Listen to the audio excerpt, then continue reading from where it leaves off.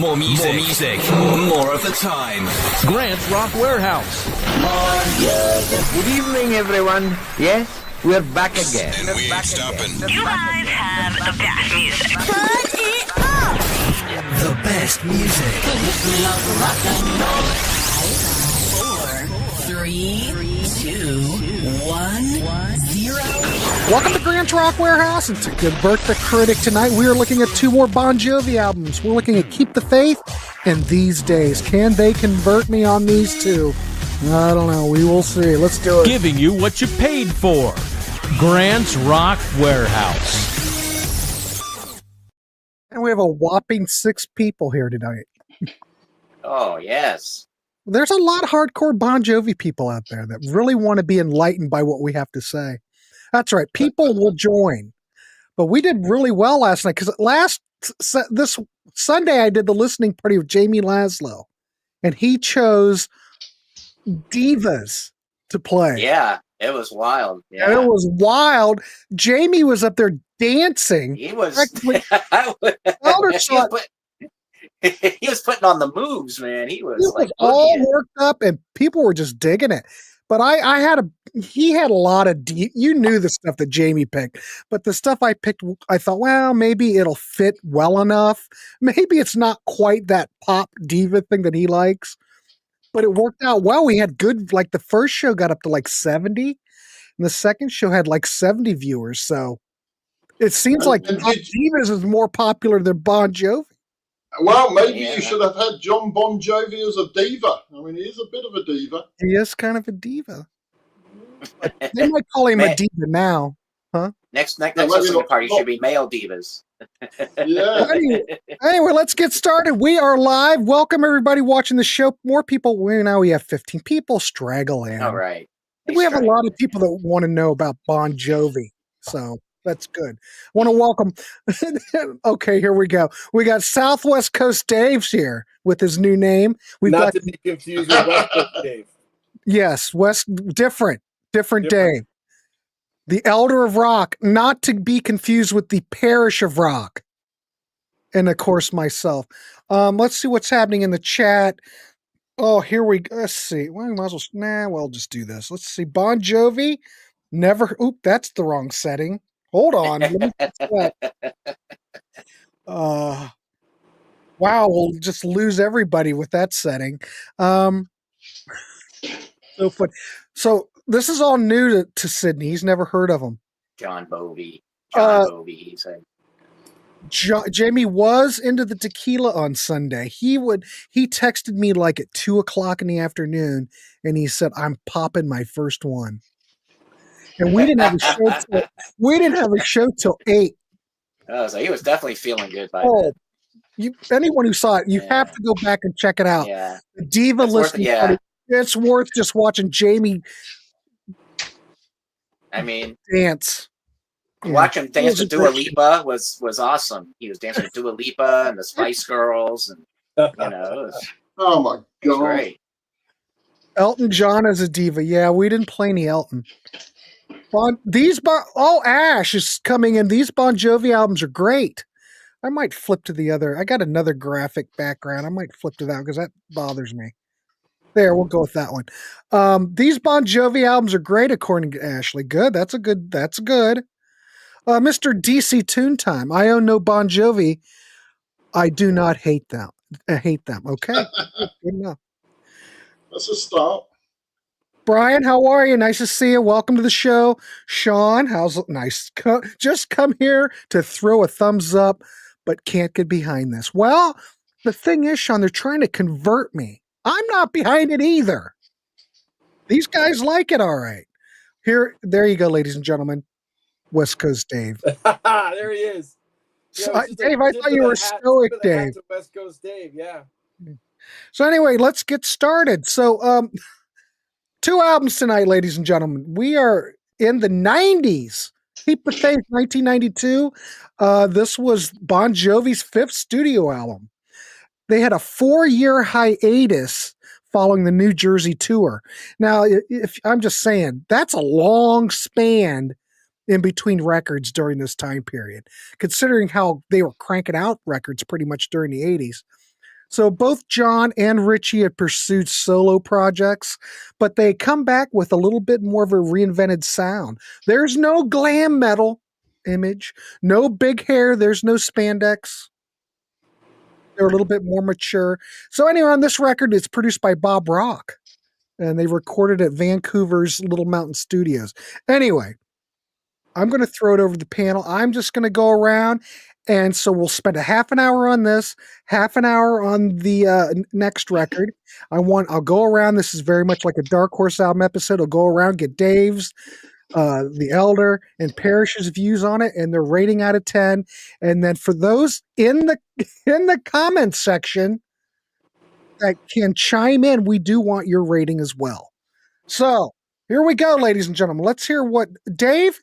What's your thoughts on Keep the Faith 1992 and your rating out of 10?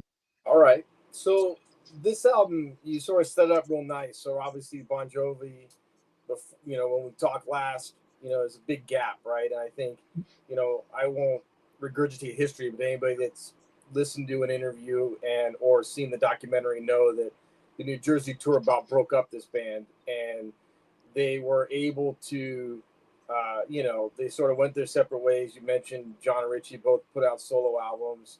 And then they sort of come back. They change management.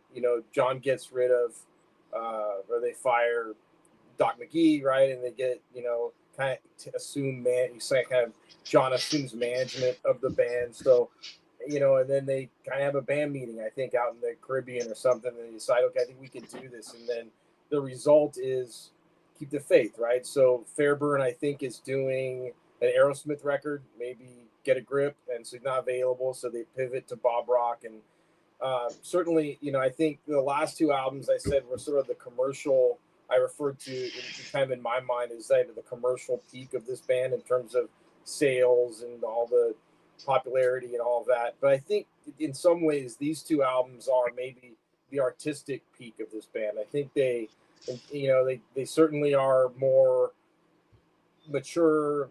The songwriting reflects that. I think there was an intention to not try to rewrite Slippery When Wet or New Jersey. I think thematically these songs are, more socially conscious. Obviously, it's still a Bon Jovi album. It still sounds like Bon Jovi. John and Richie's voices together are sort of signature to that sound. But I think from a production standpoint and a songwriting standpoint, like you said, Grant, there's not a lot of glam here. If I have a criticism, I think it might be a little heavy in the ballad department, but that's sort of Bon Jovi's calling card, and I think they tend to do that a lot. So for me, I don't hate their ballads, but I think here, to me, my opinion of this record is, I think the more upbeat, more rockers stand out, and I think some of the ballads, maybe it's just because some of them have been, they were popular and overplayed, and it's sort of, I've grown tired of them somewhat, so I don't think they're terrible, but I think some of the slower tempo stuff for me, doesn't move me as much as some of the upper tempo stuff. I think the lead track, I believe, is a really interesting, upbeat, catchy kind of way to intro the album. The title track, I think, is a great song. Really, I think not so much different than with Living on a Prayer. I think really Hugh McDonald, the bass player, is the star of this song. Really, as he was the star of Living on a Prayer. If you listen to John talk about Living on a Prayer and think about taking out that bass part of Living on a Prayer, it's a really boring ass song. And the bass kind of makes it. Add that bass part, it kind of makes, it's the glue of that song is that bass part. So really, their biggest hit, arguably, really the unsung hero really is Hugh McDonald and the bass part that he added to Living on a Prayer. And I think he does the same thing with Keep the Faith. I think it's a really good song, but I think that bass line is really the kind of the hero of the day, I think, with that song. Other tracks I really like on this, I think, Dry County is a great song. They do it live. They did it live for a long time. I don't know if they still do, but it's been a long time since I've had a chance to see them live. But again, socially conscious, kind of a departure from what you would think if you were coming off of Slippery When Wet. I think that's a superb song, Dry County. I like Fear a lot. If I Was Your Mother, I think is a great rocker.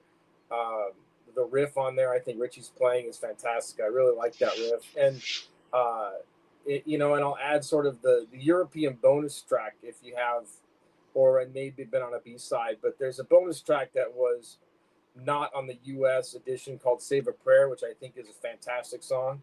Maybe left off because it has the word prayer in it, and having Living on a Prayer be their big hit, maybe it was decided not to include that on the album. But I think maybe a miss. I think Save a Prayer is a great song, and I think it was sort of a miss to not include that in the U.S. market. But it's available out there. You can get it different now. Now with all the ways to get things, you can get that. So Hey, Dave, real quick before you go on, I was just looking because, of course, I bought this.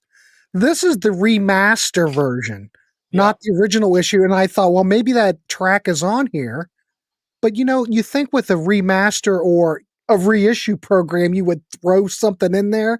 There's nothing extra on this thing at all. So I didn't even I didn't even know there was a bonus track. Yeah, I think it was for Europe. I pointed out. Why not put it out really here? Like a lot, and I think maybe indicative of Bon Jovi, because I think I mentioned in the last one the song that they gave to the Disorderly soundtrack, "Edge of a Broken Heart," is probably better than half the songs that are on Slippery When Wet. But I digress. So I think overall it's a really strong album. I really like the direction that the band is going here, not trying to recreate what they did in 1987, 1988.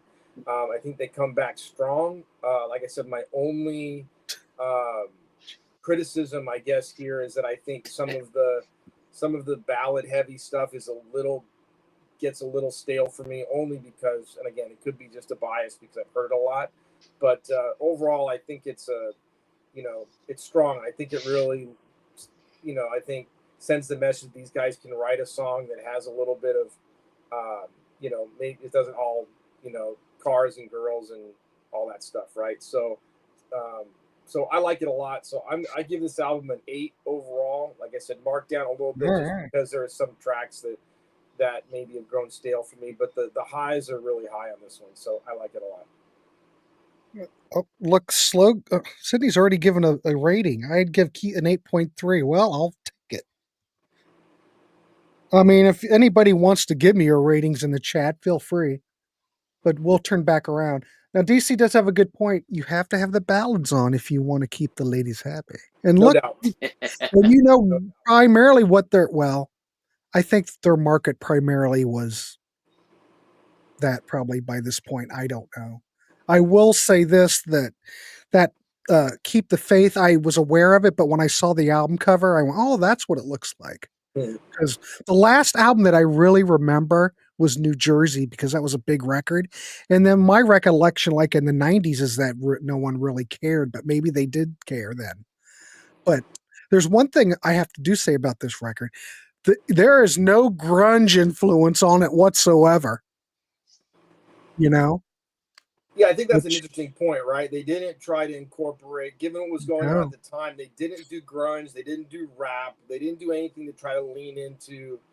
They kind of did what they did, with a little bit of an evolution. So, yeah, I agree. All right, cool. We got an 8 and an 8.3 from young Sydney. Come on, that dude's old Sydney, not young Logan. And let's throw it over to the Elder of Rock and get his thoughts on it. Elder, welcome to the show. Thanks for bringing your headphones today. Yeah, and these and don't think well, whatever. I was gonna make something weird joke about what they're throwing on the court these days at the WNBA games. Yeah, same color as those, so don't think anything. But anyway, channel. Yes. No, this album though, I thought, okay, I listen to these albums sometimes when I'm working out, and the album I was listening to previous to this one was listening to Blue Oyster Cult, Cultosaurus Erectus, because I'd never really heard it. And I will say that after that, and I put on this album, Keep the Faith, I like this album a lot better. Cultosaurus Erectus, I don't know what the hell they were doing. It wasn't all this boogie woogie piano crap. This one was I like Keep the Faith better. It was more of a straight ahead rock album. It sounds like a band that is I think that's Pete Pardo's favorite. And I I know that's Martin. cool. I know Martin's a fan of it. Yeah, I'm a fan of it. I'm a fan of it as well. But and I'll come back to that in a minute. Okay. I'll come back to that in a minute. All right. But I was So, gonna say, so then I put this album on, and it's like, yeah, this is really cool. It's a straight ahead.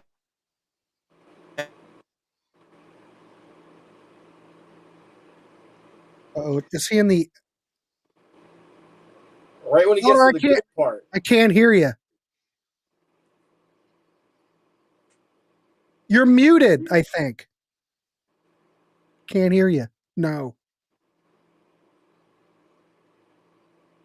Something's happened to the elder, ladies and gentlemen.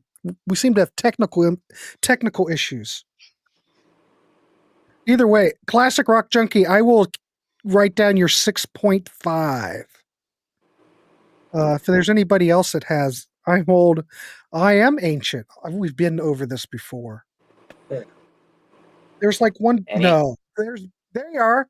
There he is. Here. Yeah. Yeah. Okay. Now I can't hear you, but I don't know why. If we, if the elder didn't have problems, what would we do?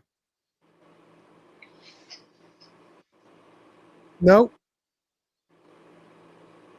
Nope.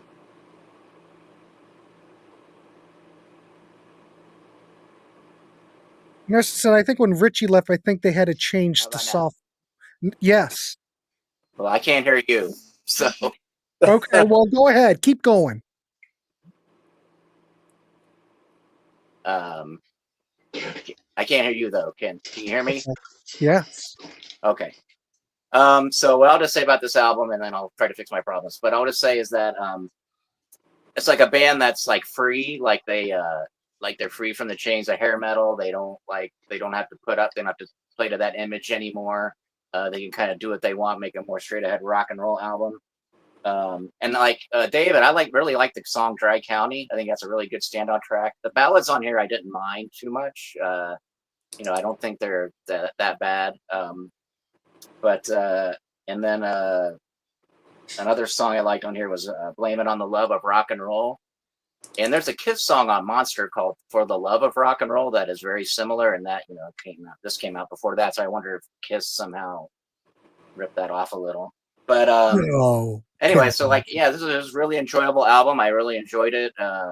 It might be like maybe one of my favorite Bon Jovi albums now that I listened to it and really thoroughly listened to it, because when it first came out, I didn't really think much of it. I heard Keep the Faith and Bed of Roses, and I just thought, I could tell they were trying to do something different with Keep the Faith. Yeah, so yeah, it was. But anyway, but that's the only chance I had given it. But it's a really good album. I really liked it. The only song that I really thought kind of like made me go, what the hell is he talking about? Was the song If I Was Your Mother. Well, title alone. It's like, what are you talking about? So I don't know. I mean, I guess he would have chose a different analogy. I get what he was trying to say with the song, but If I Was Your Mother, it was just kind of weird to me. So overall, I'm going to give this album. I was going to give this album an 8, but because for the lyrics of If I Was Your Mother, I'm going to give it a 7. So I'm going to take a look at that. But there you go. My goodness. Okay. Brutal. I'm going to try to fix my problem here. So. Okay, you're good. All right. Thank you, Elder. All right, let's throw it over to Parrish. Parrish, what's your thoughts and your rating out of 10? Okay, well, I've got to confess, this is not only my favourite Bon Jovi album. We can hear you. No, I don't know what happened here. Wait a minute. Wait a minute. I can't hear you. I'm going to mute you. All right, I muted the Elder. Go ahead. Okay, this is not only my favourite Bon Jovi album, it's not only my favourite album of the 90s. For a long time, it was actually my favourite album of all time. And it's still within my top 5 favourite albums of all time. So this album is really important to me. And it's really important to me, like a lot of music, it's about memories and situations and things like that. And this album came out just as I was laid off from a job. and I got it here. This is the cassette I played for 6 months driving around trying to get a job. So I had a young family. I had two kids under 5, big mortgage, and the song "Keep the Faith," particularly, and the album "Keep the Faith," kept me going. So it's so for me personally, it's a huge emotional album.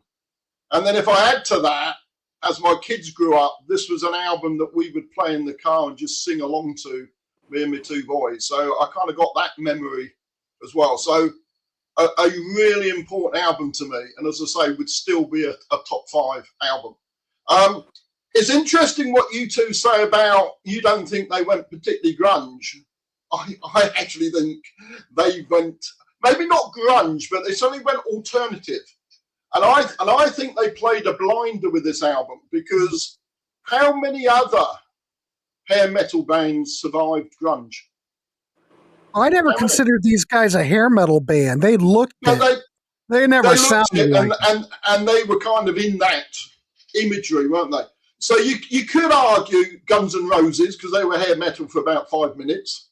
So maybe Guns N' Roses. But beyond that, who else survived? So Bon Jovi were very shrewd, I think, in when they came back.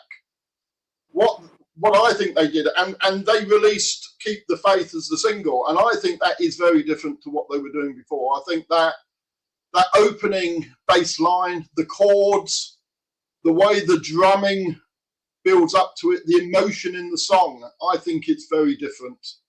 And I think the opening track, I believe, is actually almost, if you listen to the riff, it's almost indie. I'm not saying Bon Jovi went the Smiths, but it was kind of, it's only a bit of U2 in that guitar playing. And I think it was very clever, because those first 2 tracks, I think, is quite different. And then all of a sudden you hit with "I'll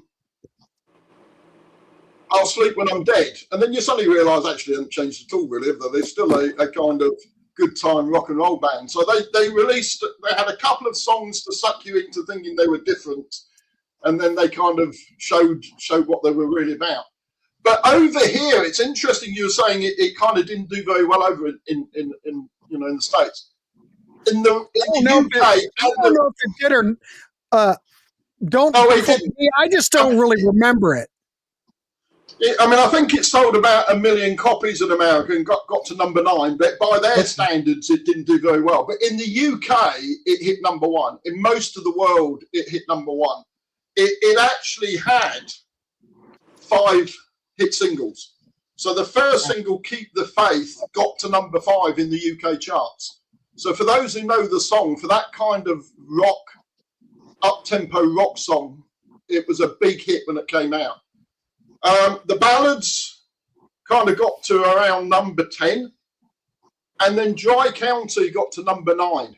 So again, for those who know the song, that's kind of an unusual song to be a top 10 single, I would say, particularly in the UK in the early 90s. So it really did take off over here, and it was interesting. One of the things I like about Bon Jovi, and why I think Bon Jovi is a credible, real band, is because they gig. And when you look at this, you look at the tour that they did for this album, they did 100 gigs back to back in 6 months. And then they redid it again, rebadging it as "I'll Sleep When I'm Dead," and toured again around the world for the next 6 months. So they played live, and I think they did their dues on this album, which is one of the reasons I think it was a success. And certainly in the UK, and "Slippery When Wet," they played Wembley Arena, which was 15,000. When they came back, when this album came out, in the first part of the tour, they played Wembley Arena, 15,000. When they came back for the second part of the tour, they did the Milton Keynes Bowl, which is 70,000. So somehow they elevated from 15,000 capacity to 70,000. And they had Billy Idol and Manic Street Preachers as the opening acts. God, I almost thought you said Billie Eilish. No, Billy Idol. And mind you, it was Billy Idol at the time of Cyberpunk, so maybe not as high, but certainly you think of that mix of Billy Idol, Manic Street Preachers, and Bon Jovi. That's quite a wide breadth of musical styles. There were, I didn't see that. Anyway, so over here and across Europe, they were a top #1 album, big selling hits. They'd moved from arenas to stadia, and yeah, I mean the credibility as a rock band in the UK. I mean, I've said this on the show before. We didn't get all the same kind of imagery with the posters and everything with John Bon Jovi the same way as you guys did.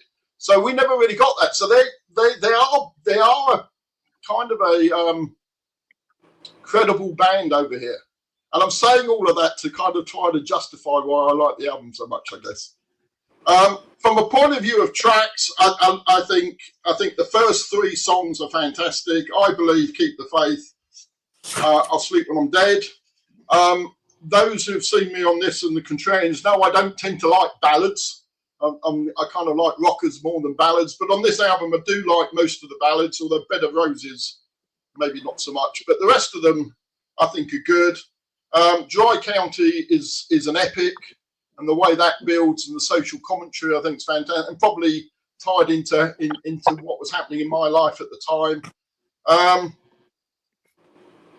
Blame It on Rock and Roll. I mean, the other thing I think is quite interesting, based on what Elder said, is there is a bit of boogie woogie piano on this album as well. You know, on I'll Sleep When I'm Dead and Blame It on the Love of Rock and Roll. There's a bit of kind of old style rock and roll piano on that as well. So there was a bit of boogie piano. I never realised that Save the Prayer was a bonus track because it's on here. Maybe it was on cassette. It doesn't. It's on the cassette, and it doesn't say it's a bonus track. It's just on there. It's on the CD. It's on the vinyl, and mostly. Yeah, but you're in the UK though. But on the yeah, but normally bonus tracks are listed as bonus tracks. I never realised it was a bonus track. I don't know. A long album. It is a long album. I think it's their longest album. So it's way over an hour, 65 minutes. It's a long album. But what I found, and we'll get to These Days in a minute, but I struggled to get to These Days when I was listening to these albums, because we all talk about albums where there's a lot of skippable tracks. This is an album where I just keep having to play the tracks over and over. I can't listen to most of the tracks on this album once. I have to play it again, and I have to play it again, and I have to play it again. Mm-hmm. I struggled to get off this album in the last 3 weeks and get onto a different album, particularly These Days. So I've got, it's a really important album to me. I love it to bits. What do I score it as? I want to hear 10 Parish. I would be surprised. I want to hear what everybody else gives it, and then I'll come back to it. And whatever I have to give it to get it up to 10 is what I'm going to give it. So this is a 10 out of 10 album. If the average is 8, if the average is 8, and there's 20 people there, then I'll give this a 40 out of 10. Whatever it takes to get this to be a 10 out of 10 album is what I'd give it. Joking aside, it's a 10. I'd even say it's an 11 or 12 because it's so up there for me. So 12 out of 10. There you go. That's my score. 12 out of 10. Okay, there you go. Excellent. Thank you, Mr. Parrish. All right. Well, what do I think of it? Well, I don't think of it as highly as the Parrish does. When I really listened to it, I think that the guitars I wanted more guitar on this record. I think it starts out, I think starts out with a strong distorted guitar riff. I think that's okay. But I think overall, it seems like Richie's a lot more subdued on it. Or maybe it's just my imagination. Or maybe it's the Bob Rock. Maybe it's Bob Rock suppressing Richie. It's Bob, isn't it? But I would like to have more Richie on it. But when I do get a Richie solo on it, I go, yeah, that's it sticks out. Yeah. But this seems like, yeah, we've abandoned. I'm not going to use the word hair metal because they weren't hair metal, but they got rid of their hair metal stylings and thus changed their sound. When I listen to this, it's almost like Bon Jovi or John and the band were listening to a lot of Bruce Springsteen and a lot of John Mellencamp. It sounds like a perfect blend. In fact, if you look at the album cover, you could put Bruce Springsteen, Keep the Faith, and it would work. You could put John Mellencamp, Keep the Faith, and it works. It looks like a damn John Mellencamp album cover to me. I mean, yeah, we can't keep doing what we were doing. We're in the 90s. We're in the grunge era. And I get that. They have to adapt to the times. So we have more ballads. It's not quite as rocking as before. But still, is the material there? That's really the question. If you ask the Parish of Rock is going to say the material's here. Absolutely. Right? So would Southwest Coast Dave because he gave it an 8. The thing that really drives me crazy about Bon Jovi is John Bon Jovi's voice. It just seems forced to me.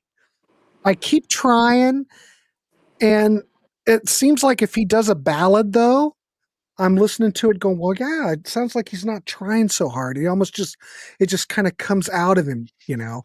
But the reason he can't sing today is because I don't want to be an asshole, but I'm not wonder what he really does sound like when he sings.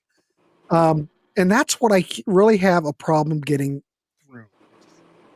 I'm just not sold on his vocals. But the song Keep the Faith, title track, lead single, it's an anthem. But I hadn't heard it in a long time.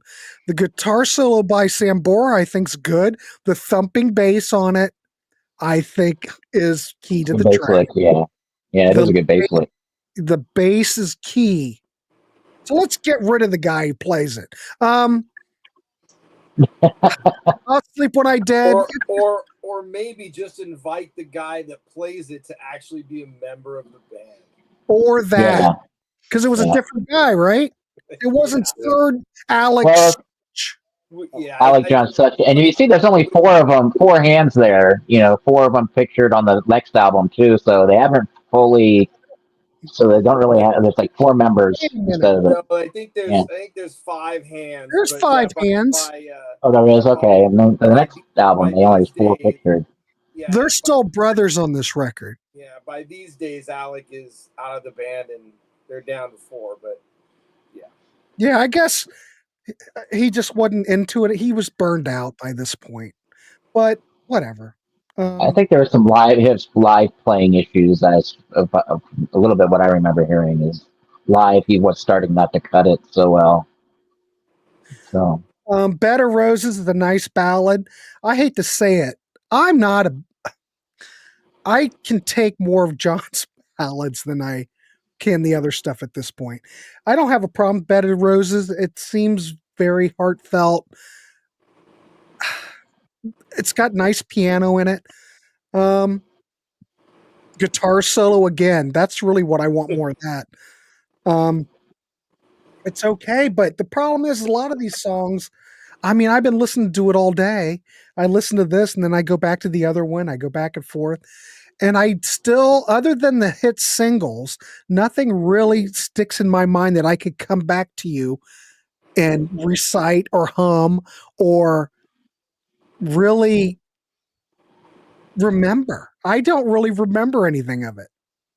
It's all kind of blends in. You could put this on with Slippery When Wet. The first album, it's just like, I don't know. I just keep hearing John Bon Jovi's voice screeching at me. What would I rate it? I mean, I hate the rain on the Parish's parade, but I don't get it. I don't know. I don't get it yet. This is fine. Has John Cougar Mellencamp and the Bruce Springsteen influence helped them? I don't. I guess I could give it a 6, but there's nothing memorable on it other than the hit singles for me. They just could be anybody. You could wipe the vocals off and put Bruce Springsteen on it and it would fit. You could wipe the vocals and put John Cougar Mellencamp on it, and to me, it would fit. So I don't know. It's kind of I know. I can't imagine. I cannot imagine for a moment John Mellencamp singing "If I Was Your Mother." I don't think you want to sing it. or Bruce. I can't imagine. Yeah, I mean, I'm kind of with Elder. That is one of the creepiest. I mean, I love the song from a guitar. It's a great rocker, but it is one of the. It was, yeah.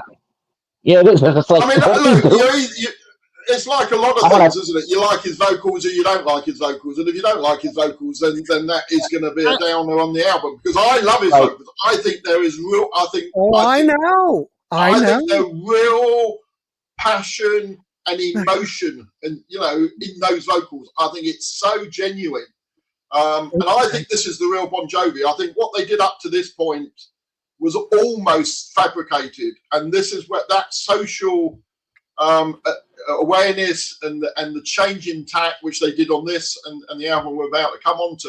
And I mean, Keep the Faith as an example, but also Dry County. I just think there's so much emotion, real emotion in his voice. And then like a guitar, I think the guitar's subtle, but it's guitar all over there, and even the ballads. Yeah, but I want more. I don't have enough. Okay, I don't have enough. But I actually think the real star of the show on this album is Tico, the drummer. I think the drumming on this album is amazing. This isn't a guitar album, really. And Keep the Faith, the way that builds. You've got the bit on the toms. You've got the bit which is almost like a military tattoo drumming in it. And the other songs, the drumming, I think drives the album as well. And maybe because I'm a drummer, I that kind of appeals to me. But I love the drumming, and I think he's the star of the show on this album. But yeah, look, if you don't like his voice, it's going to be a downer, isn't it? Like any artist. I'm the opposite of you, though. I was never sold by it. It always sounded forced, like he's trying to be something that he's not. And I think his voice works a lot better on ballads, not as well on rockers. That's just me. Yeah. It just sounds pushed, forced. No wonder he has no voice anymore. I don't think he knows how to sing properly. I think he's using his he's not coming from his diaphragm. I'm not a vocal teacher, but I think there's something wrong. No wonder he has no voice now. I think it may well be the case that what's wrong with John Bon Jovi is it's not coming from his diaphragm. And that's obviously he should have that on his tube. He should have that on his tube. I need someone who's a vocal teacher, someone who knows technique to come in and chime in. I don't know. That's just what I hear. Well, I've been the same with I don't like Springsteen's voice either. I'm not a big fan of Bob, but Bob is not. It's not his voice is what's key to Bob Dylan. No, but I know people who know. Anyway, so I think I've gotten God, we went 40 minutes on this one album. Good God, people. I'm going to give it a 6. You might be more surprised on the next record. Huh? I'm going to up mine to a 14 then.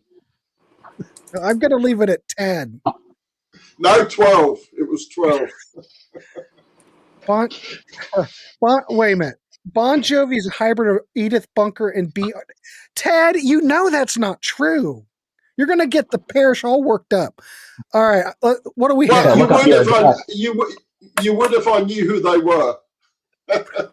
That would probably help. All right. We've got a 7. Well, this isn't so bad. 7 point. We actually have a 7.9. No, a 7.7. Parrish is disappointed, but no. Look, consider that they're a lovable, hate them band. I think scoring 7.7 is, and knowing some of the comments that we're seeing, I think 7.7 is pretty respectable. I almost looked at this as like a transition album between New Jersey and the next album. I'm just going to leave it there. You may like Keep the Faith, you might not. I don't think it's bad by any means, but I don't think it's a classic record that's, you've got to have it, unlike The Parish. All right, let's go to the next record. Woo! Woo! Next record, These Days, 1995. So this was the sixth studio album, contains, well, we're even more mature now, ladies and gentlemen, than we were on Keep the Faith. Kind of a darker, more emotionally complex album. Another one, produced by Bob Rock. Whether you like Bob or you hate Bob, Bob is back. The Bon Jovi boys like Bob. So it's leaned a little bit further and more into hard rock and subtle blues and pop, though.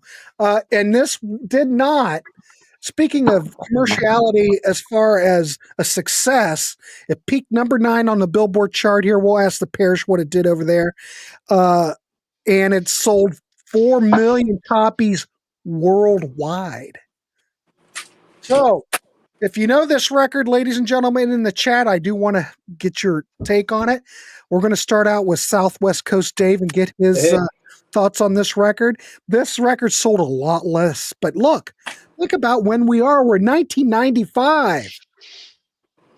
It's understandable. So anyway, go ahead, Dave. Sorry. All right. I may be contrarian on this, but maybe not surprisingly, since I'm on this panel, I really like this record. And maybe some of it is like, Parish, it was a particular time in my life with things going on and being a fan of Bon Jovi timing when this record comes out and maybe being able to relate to some of the things, some of the themes, give it a little bit of oomph for me. But certainly you mentioned dark. It's certainly a darker album, probably maybe the darkest album they've put together.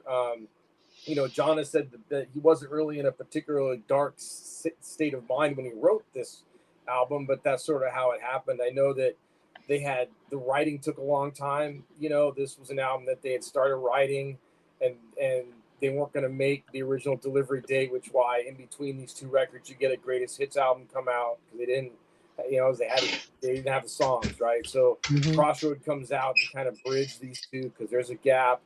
And then, so they're writing this material. I think Diamond Ring was a song that had been around for a while. I remember hearing them do that acoustically, maybe on the radio around here earlier. So that might have been a song they had around, maybe from previous sessions.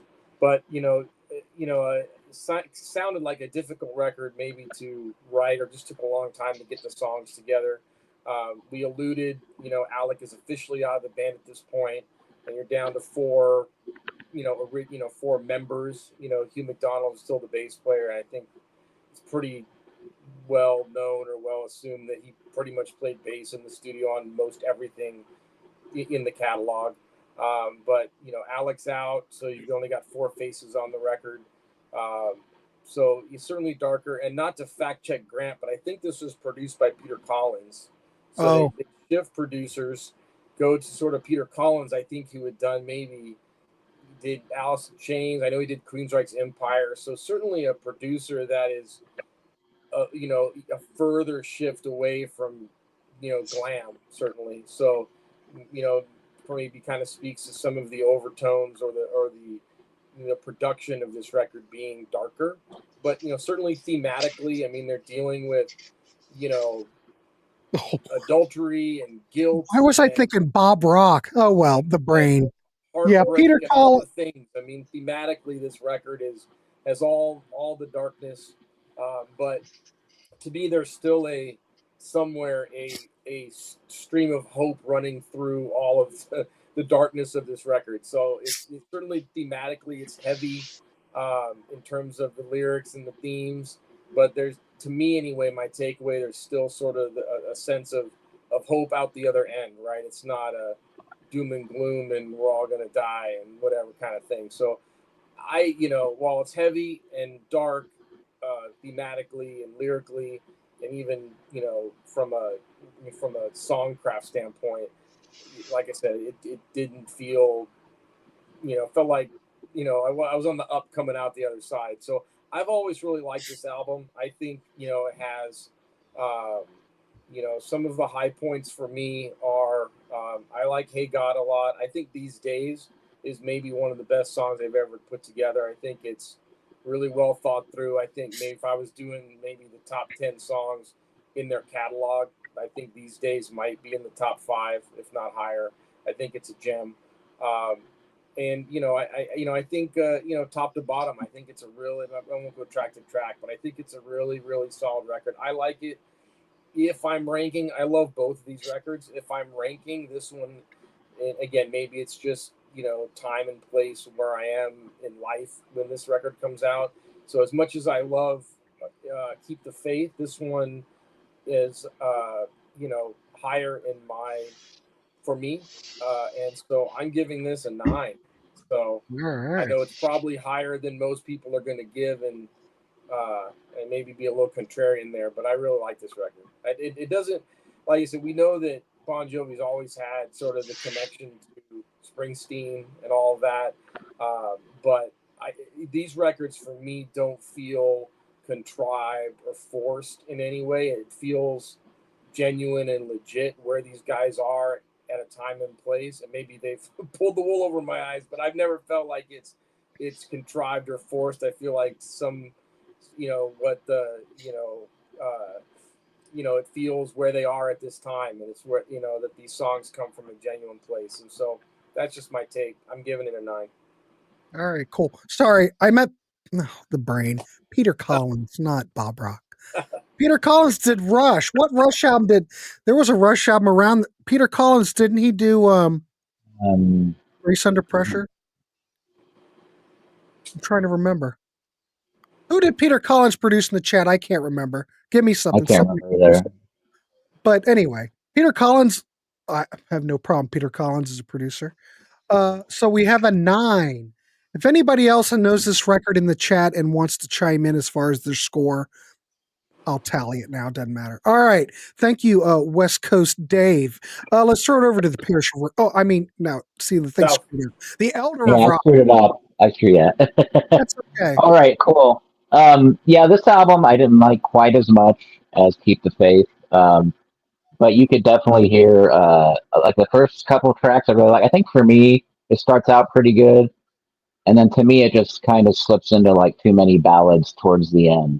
There's too many, like, not enough upbeat songs, too many slow songs. But the one song I really did like off this was My Guitar Lies Bleeding in My Arms, or something like that. I think that's what it's called.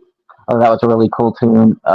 You could definitely, I think, kind of hear I hear like some of the, like, in some of the guitar tones and maybe some of the production, like there's a little of a grunge sort of thing going into it, maybe sort of like grunge light, maybe something like like Matchbox 20 or something like that, or Counting Crows kind of creeping into, like, sounding a little bit like that. I will say that through these two albums, I really do like Richie's guitar playing. But yeah, there's not enough. There's not, it's like not. I wish, like, it's made me wish for him to get in a band, like, or form a band like the Counting Crows or something. Like, you can just hear him really rip on the guitar, and in a band like that, I think would be really, really cool. But so this album, so I didn't enjoy it like it quite as much. There's a few upbeat songs on here, like These Days. I really like that song as well. That was a really cool tune. But overall, I didn't enjoy this as much as Keep the Faith. So I'm just going to give this a 6. Okay, fair enough. Too many slow songs. Too many ballads. In these exercises, it's always amazing to see everybody's take on something, how one person can hear something and think it's absolutely just a stellar record, and then someone else. It's just, that's what's fun about doing this stuff. Hopefully we either turn you on to this stuff. Well, that's the whole point. Well, it's actually the point of this damn series is turning me on to it. I don't care about anybody else. But anyway, all right, Ash is coming in. We've got with an 8. All right, keep them coming. If you've heard this record, we want to know what you think, because the whole point is to turn you on to stuff. Well, that's what I say, David. David Bryan also I really like on these albums too. I think he really shows a really talent on these, not playing like the synths and so much. He's really getting back to the keyboard playing. Yeah, so that's pretty cool too. If these days had a bunch of songs like Damned, it would be a 10. Well, oh well. All right. Thank you, Elder. Let's turn it over to the Parish of Rock and get his thoughts. Parish, be interesting to see what you think of this record. Yeah, before we do, I've just looked up Peter Collins. Okay.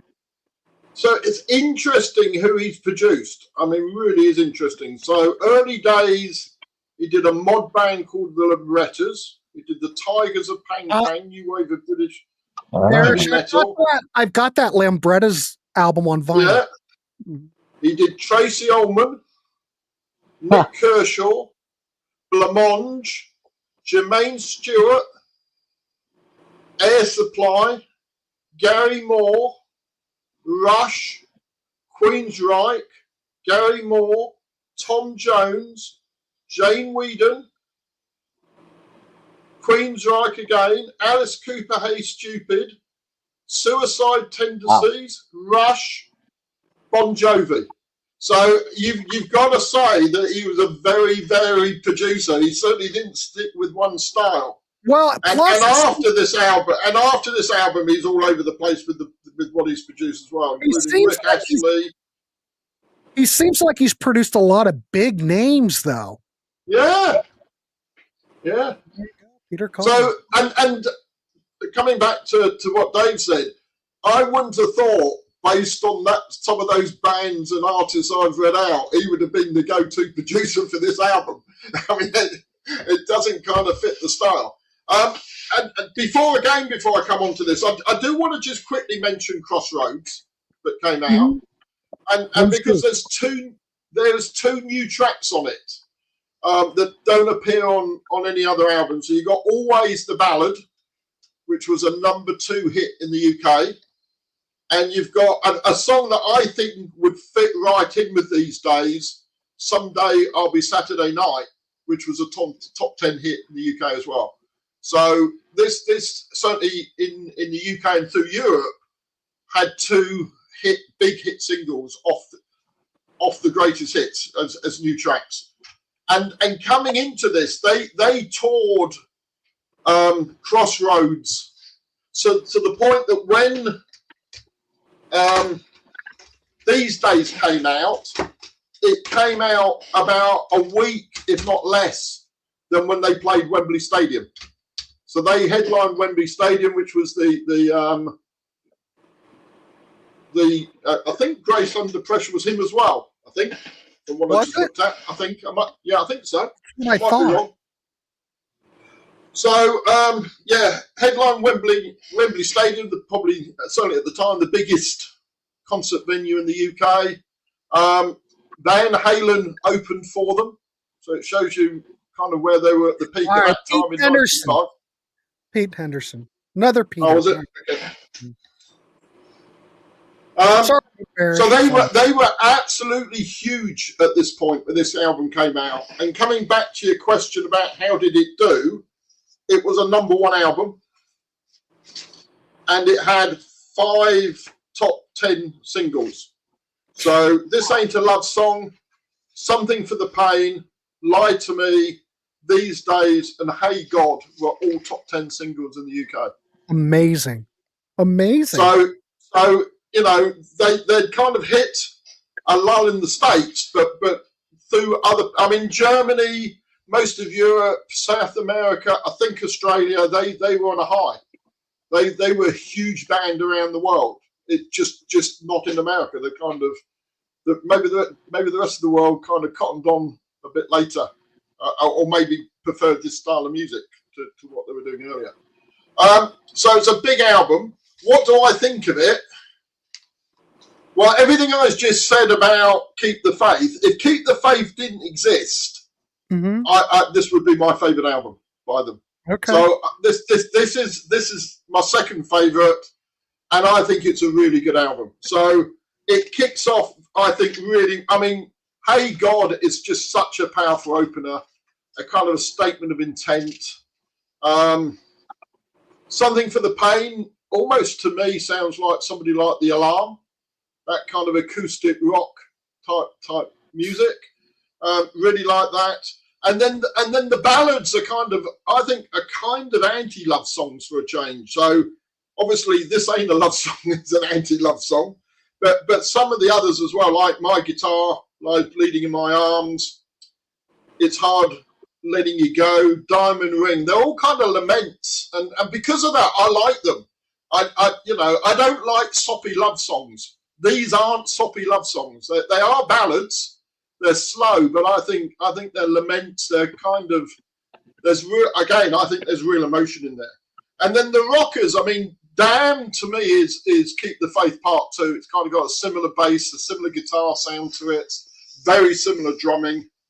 But I think probably my favourite track is a bit of a deep cut, which is Hearts Breaking Even, because I just think it's a really good pop song. It's kind of good guitar on it, but it is actually, I think anyway, a really well written pop song. So I don't like it quite as much as Keep the Faith, but I'm still going to give it a 9 because I do like it a lot. All right, fair enough. Well, my thoughts on here. Sorry, can I just add one more thing to it? 100%. And that is this album came out 2 years after Keep the Faith, and they've been touring religiously between Keep the Faith, the greatest hits, and this out. So I don't know when they had time to record this. And Dave's saying it was actually a very long, drawn-out process, and I'm sure it was. But when you look at the time frame, bearing in mind 4 years between New Jersey and Keep the Faith, and then there'd be 5 years between this one and the next one, these two albums came out pretty quickly, I think. And it's kind of a darker album, but as Dave says, it's not depressing. It's still quite uplifting, even though the lyrics are, I think, a bit darker. So anyway, sorry, Grant, it was your turn. No, it's all good. We're just guys talking music. I like the. Okay, I'm going to go on record. I like this better than Keep the Faith. I like the more darker tone. I like that they're a lot more mature. I don't hear as much as that Bruce Springsteen Mellencamp thing as I did on the other record. It's almost like they've settled into something. It's very emotional. I think it's, you've got themes of disillusionment. It's not an upbeat record so much. And man, you have to hand it to them. To start off, they're just basically a pop band starting off with the song Hey God at 6 minutes and 10 seconds. Sing about social inequality and despair, but there's heavy guitars on it. John almost sells me on this song. But it does set the tone for the record. Something for the Pain, catchy, radio friendly, but it still has that dark tendency. I kind of dig that, to be quite honest. I could actually remember more of these songs than I could off the previous record. This Ain't a Love Song, soulful, melancholy, and actually, John's vocal on here doesn't really bother me so much. I think it's a good single. Do I want to hear it again ever, really? I mean, do I love it that much? No. I think this is a better record. These days, another anthem. Richie Sambora's guitar, I make note of that.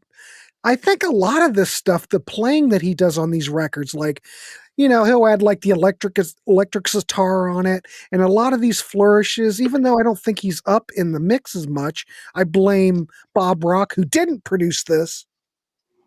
I'm going to blame Bob Rock anyway. The stuff he plays is very melodic and catchy. It seems like Richie thinks out his guitar parts. Really? I think he probably needs to get more credit. In fact, I think I should have given the guy more credit, that I never gave him any credit. But you sit down and listen to these things with the headphones and his guitar work. He's really a good player. I'm going to give him that. Yeah, damn bluesy hard rock. I mean, it's all right. I like this better. I think the songs are better for me. But I'm not going to give it that much more. It's almost like the same record, only it's what? What? You were building us up, Grant. You were building us up, and we all thought you might give this an 8 or a 9. That's how you were building it up. Building it up, and then you slapped it back down again. Well, I changed my mind. All right, I'll probably give it an 8. If you're going to pressure me, put me in the corner. All right. The other one's a 6, but I like this. Out of all the albums we've looked at, I've liked this album the best. So, is it I'll never listen to it again, but I can give it an 8. I'll give it an 8. Yeah. It's okay, but it's better. I think there are certain things about it that I really like. Really, it's Richie Sambora is what I like about it.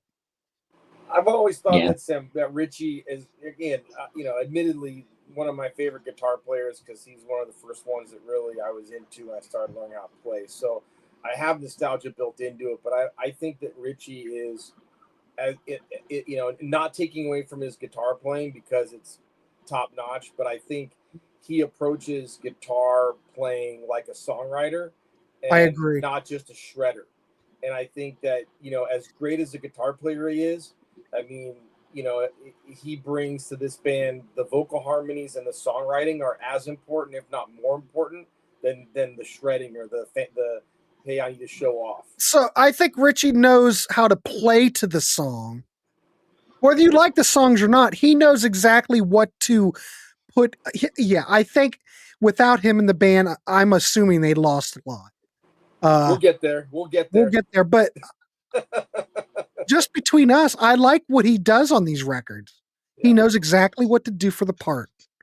And without him, I can imagine him with not being in the band. So what you're missing, Grant, is if you see them live, he's turned up in the mix. He is front and center as much as John is on the vocals. Yeah. Richie is on the guitar. And maybe that's part of the appeal for me because I've seen them live so many times. And to me, live, these songs take a different dimension. They are heavy rock songs because the guitar is ramped up. I think when they record, they're recording for a certain market. I think when they play live, they are certainly, maybe when they come to the UK, they play different to how they play in the States. I don't know. Bearing in mind, it is much more a rock audience over here. But you get a lot more guitar for your money when you watch them live. Sydney says Phil X is a way better guitar player than Richie, but John has written crap music since Richie left. LOL. Well, Phil X is more of a shredder, and Richie's a lot more a tasteful player. But I have not heard Phil play this stuff. I'm assuming he's playing what Richie laid down originally, but I don't. Phil's good live, but he's not Richie. But he is good live. There you go. All right, cool. Let's see what we got. I suppose I know we've went over an hour. Did I get everybody in the chat that gave their score out of 10? If anybody has not done that, I'll take it now. I know John was in here. John Patterson, do you have anything to add? Do you know this record? Okay, Ash is going with an 8. And Ash is a Richie fan. Well, I must say, he's a good player. All right. Well, let's.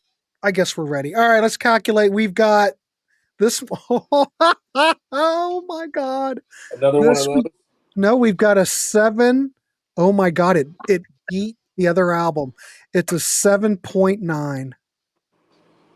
Other album got a 7. What did it beat it by? What's the variance? Well, the other one it was a 7.7. So your change made the difference. Yeah. Yeah. Grant moving these days up a notch from his original push it over the edge. Yeah, 7.7 to a 7.9. So the winner is these ladies and gentlemen. Yeah. But I'm not entirely surprised. I mean, well, I think they're both great albums, but so you can't go wrong with either, really. Well, either way, ladies and gentlemen, they're both about equal when it comes down to it, based on everybody in the chat and the panel. So if you're going to look at them, I don't think that a 7.8 or a 7.7 or whatever, but that's not a bad score. So Good records. there you go. Good records. All right. Well, I think we can wrap it up since we went over. Gentlemen, I want to thank you for doing it. Cheers. What would be our next record? Okay, no. Before you do, I just want to go on record. When we started this, yes, no way were you going to like a Bon Jovi album. That's what you said. You do, and now you've given one an 8. I don't know if I like it. I think it's all right. Well, you're giving it an 8. You're giving it an 8. Well, so okay. I think Elder, Dave, and I think we've done it. We've moved the dial a little bit with Bon Jovi. Yeah, well, I think they're getting better. I like a more mature Bon Jovi. I think These Days is a good record. All right, there. Yeah. I think it's a decent record. All right. And on that basis, maybe this is where we should stop. No, we got to look at the other ones. You turned him. You finally turned him. We turned him, yeah.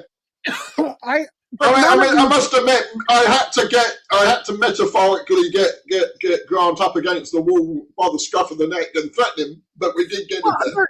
They're not brilliant records. They're decent records. Right, 8's good. I mean, I think 8's it's a decent score for a record. So. Yeah, great. No, would I ever return to them? I doubt it. There's other stuff I like better, but so far out of the Bon Jovi catalog, These Days is my favorite record. I think they have. I don't know. I'll be interested to see what the next one sounds like. Now I'm actually intrigued. So next we have Bounce and never even heard of it. Is it Bounce and Crush, or is it Bounce and Have a Nice Day? I'm trying to think what the next two are. I've been drinking something too much. That's for sure. Yeah. There you go.